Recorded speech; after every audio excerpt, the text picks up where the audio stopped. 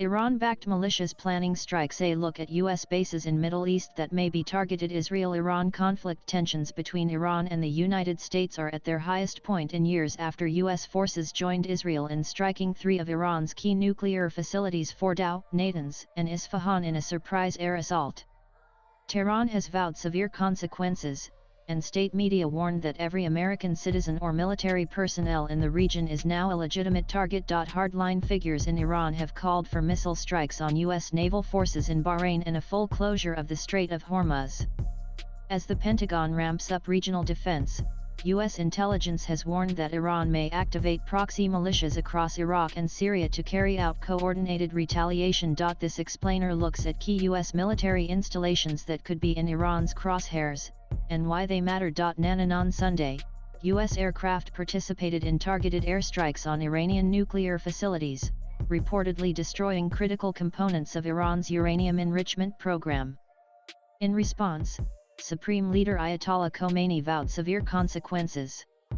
Iran's state broadcaster escalated the rhetoric further, declaring that American citizens and soldiers in the Middle East would now be on the target list. Hossein Shariat Matter, editor of Iran's hardline Kayhan newspaper and close to Khomeini, explicitly called for a missile strike on the U.S. Navy's Fifth Fleet in Bahrain and the closure of the Strait of Hormuz to American, British, German, and French ships. Nanis, according to a report by the New York Times, U.S. military and intelligence officials have detected signs that Iran-backed militias are preparing to attack U.S. bases in Iraq and possibly in Syria.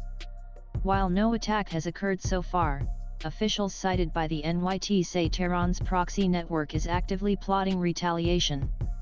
Iraqi officials, meanwhile, are trying to dissuade the militias from taking action. Separately, an NBC report claimed that in the days leading up to the strike order by U.S. President Donald Trump, Iran privately warned Washington through diplomatic backchannels that it could activate sleeper cells capable of launching terrorist attacks on U.S. soil in response to strikes on its nuclear program.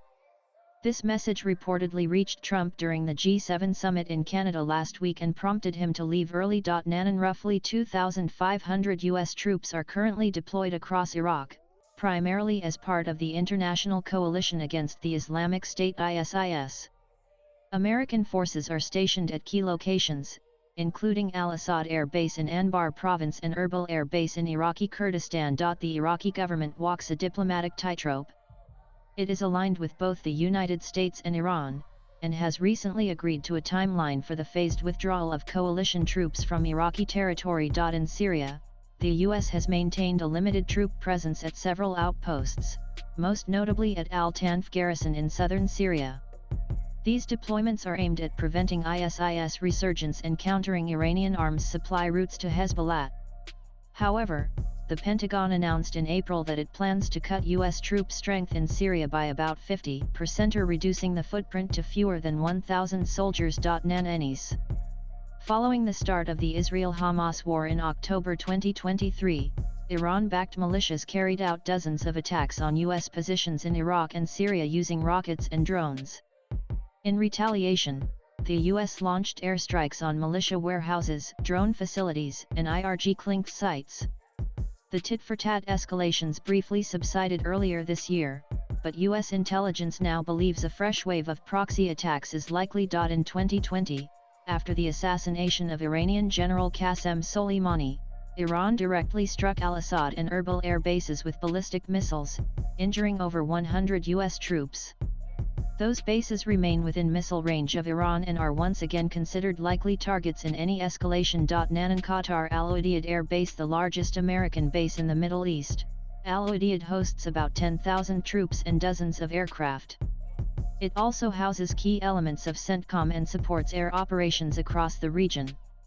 Roughly 40 U.S. aircraft were recently withdrawn from the base, likely in anticipation of potential missile threats. Bahrain Naval Support Activity 5th Fleet HQ. This small island nation hosts the headquarters of the U.S. Navy's 5th Fleet and U.S. Naval Forces Central Command. Its deep water port can accommodate aircraft carriers, destroyers, and mine countermeasure ships. The base was specifically named by Iranian media as a target. UAE Al Dhafra Air Base, home to the 380th Air Expeditionary Wing, Al-Dafra plays a critical role in surveillance and quick strike capabilities. It supports operations with MQ-9 Reapers, F-22s, and other advanced aircraft.